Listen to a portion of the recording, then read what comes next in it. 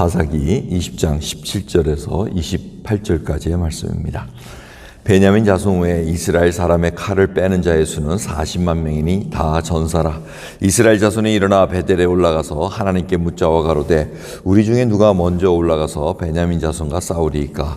여호와께서 가라사대 유다가 먼저 일찍이니라. 이스라엘 자손이 아침에 일어나 기브아를 대하여 진을 치니라. 이스라엘 사람들이 나가서 항오를 버리고 거기 그들과 싸우고자 하매 베냐민 자손이 기브아에서 나와서 당일에 이스라엘 사람 2만 2천을 땅에 엎드렸으나 이스라엘 사람들이 스스로 용기를 내어 첫날 항오를 버렸던 곳에 다시 항오를 버리니라. 이스라엘 자손이 올라가서 여호와 앞에 저물도록 울며 여호와께 묻자와 가로되 내가 다시 나아가서 나의 형제 베냐민 자손과 싸우리이까? 여호와께서 가라사대 올라가서 치라 하시니라. 그 이튿날에 이스라엘 자손이 베냐민 자손을 치러 나아가매 베냐민도 그 이튿날에 기브아에서 그들을 치러 나와서 다시 이스라엘 자손 1만 8천을 땅에 엎드렸으니 다 칼을 빼는 자였더라.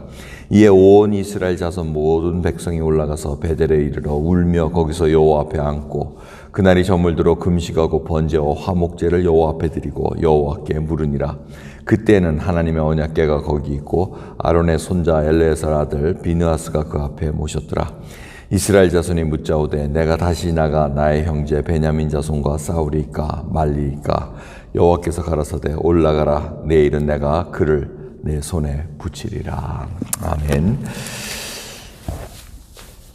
비류들을 내놓지 않는 베냐민 자손의 그 고집 때문에 이제 큰 전쟁이 일어납니다. 형제입니다.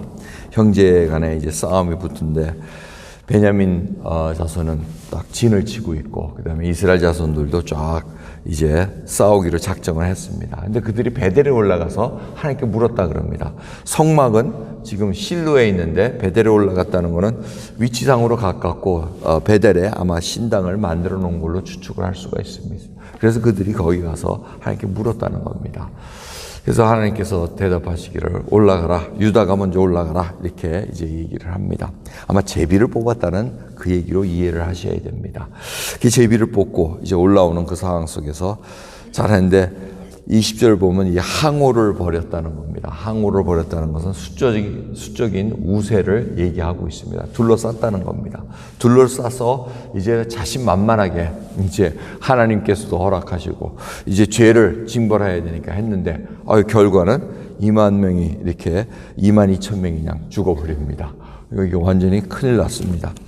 근데 이제 그럴 리가 없다 그러고 다시 정신을 바짝 차려가지고 싸우겠다고 하는데 그들이 울었다 그럽니다. 23절. 근데 울었다는 것은 회개하는 울음이 아니고 이게 억울해서 울었다는 그 얘기로 지금 들립니다.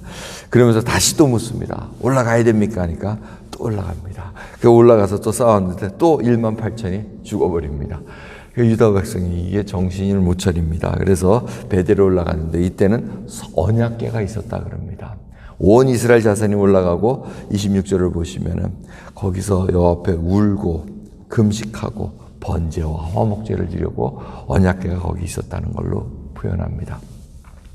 이 얘기는 어떻게 보면 실로에 있던 성막을 언약궤를 지금 전쟁에 치니까 다급해지니까 가져오라는 이제 그 상황이 벌어졌다는 겁니다. 그래서 왔는데 이제 울면서 금식하고 하나님 앞에 화목제와 번제를 드렸다는 것. 지금 두 번의 이 이스라엘 백성들이 자신들의 형제 베냐민 지파를 징벌하기 위해서 가는데 두 번 졌다는 것은 무엇을 의미하겠습니까? 그 원인을 우리가 찾아볼 수가 있습니다. 첫 번째는 이스라엘 백성들이 자기 형제라고 분명히 얘기합니다. 형제 베냐민을 죽이러 하러 갑니까 하고 싸우리까 말리까 이렇게 물어봅니다. 형제가 죄를 지었으면은 정말 같이 애통해야 되는 것이 맞는데 마치 지금 올라가는 거는 출정식을 하면서 무슨 이방인 원수 대하듯이 지금 대하는 그 자세. 근데 이스라엘 백성들 나머지 백성들은 정말 깨끗하냐? 하나님 보시기에는 그렇지 않다는 겁니다. 다 똑같다는 겁니다. 그런데 그들은 마치 자기네들이 무슨 도덕적으로 굉장히 그리고 신앙적으로 굉장히 대단한 것처럼 착각하고 지금 자기 형제 이스라엘 백성 베냐민 지파를 징벌하러 가는 그런 자세. 하나님께서는 그거를 원하지 않으셨다는 것. 우리가 압니다. 하나님께서 뭘 원하십니까? 하나님께서는 같이 애통해하면서 죄악을 근절시킬, 정말 이스라엘 백성들이 그 형제와 같이 대했다면은 마음 짓고 어떻게 이런 일이 일어날 수 있습니까? 하나님 앞에 먼저 회개하는 것이 당연한 것이고, 그 베냐민 지파 그들이 하나님께 돌아오기를 바라는 그 기도를 먼저 가졌어야 될 것입니다. 마치 원수 대하듯이, 이방인 대하듯이 했던 것은 옳지 않다는 겁니다. 저희들 그렇지 않습니까? 자녀들이 같이 자라다 보면은 한 형제가 정말 잘못하면 그걸 애통해야 됩니다. 탕자의 형님이 바로 그런 모습입니다. 탕자가 그렇게 다 가산탕진하고 어디 있는 것까지 다 알고, 돈을 어디다 썼는지까지 다 알고 있습니다. 정보를 다 갖고 있는데 그저 하고는 대말라라 하고 있었던 그 형의 자세는 옳지 않다는 겁니다. 그게 바로 많은 기독교인들이 우를 범하는 겁니다. 교회에서 어떤 일들이 일어나고 엄청난 죄악들이 일어나면 그걸 통곡하고 애통해하면서 같이 울면서 그 죄악을 제거해달라는 하나님께 부르짖음이 있어야 되는데, 그거는 그거고 나는 그냥 깨끗하지 착각에 빠질 수가 있다는 겁니다.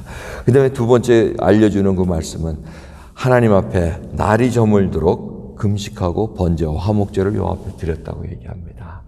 결국 금식했다는 것은 회개했다는 겁니다. 이제 정신 바짝 차렸습니다. 이제 두 번 전쟁에서 져버리니까 이게 어떻게 된 일인가, 자기들의 모습을 봤다는 겁니다. 거기서 이제 금식하면서 하나님 앞에 화목제를 드렸다는 것은 하나님과의 관계를 회복했다는 겁니다. 이게 굉장히 중요합니다. 이런 하나님과의 관계가 온전하게 돼 있지 않는 상황에서 그냥 껍데기에 명맥만 유지하는, 지금 이스라엘 백성들은 명맥은 유지합니다. 신약의 명맥은 유지합니다. 하나님 앞에 가서 물어보기도 합니다. 하나님 앞에 가서 모이기도 합니다. 다 명맥은 있으나 그 안에 알맹이는 다 없다는 겁니다. 다시 한번 오늘 말씀을 통해서 저희들이 생각해 봐야 됩니다. 정말 하나님 앞에 명맥만 유지하는 저희들은 아닌가? 신앙의 명맥, 기도의 명맥, 예배의 명맥, 그저 겉으로만 하는 것이 아닌 정말 하나님 앞에 내가 무엇을 행해도, 이제 오늘 하나님께서 나를 부르셔도 주님 당당히 하나님 앞에 서겠습니다. 내가 정말 충성스럽게 맡겨주신 일 다 감당하고 이제 주님 앞에 나갑니다. 이러한 하나님의 돈독한 관계 속에 있는가 다시 한번 살펴보면서 이 화목제를 드리고 금식하면서 주님 앞에 다시 한번 내가 싸울 곳은 어딘가. 오늘도 영적 전쟁은 또 시작합니다. 어저께 실패했더라도 오늘 새날이기에 하나님께서는 새 힘을 주십니다. 그게 바로 오늘 주시는 말씀입니다. 계속 실패하더라도 하나님 앞에 관계를 회복한 자는 하나님께서 다시 한번 새 힘을 주신다는 거, 그걸 잊지 마시면서 오늘 주님 앞에 승리하신 예수 그리스도를 쫓아가며 주님의 그 승리를 저희들이 맛보기를 간절히 소원합니다. 기도하겠습니다. 하나님 감사합니다. 오늘도 저희의 모습을 다시 한번 보게 해주시면 감사합니다.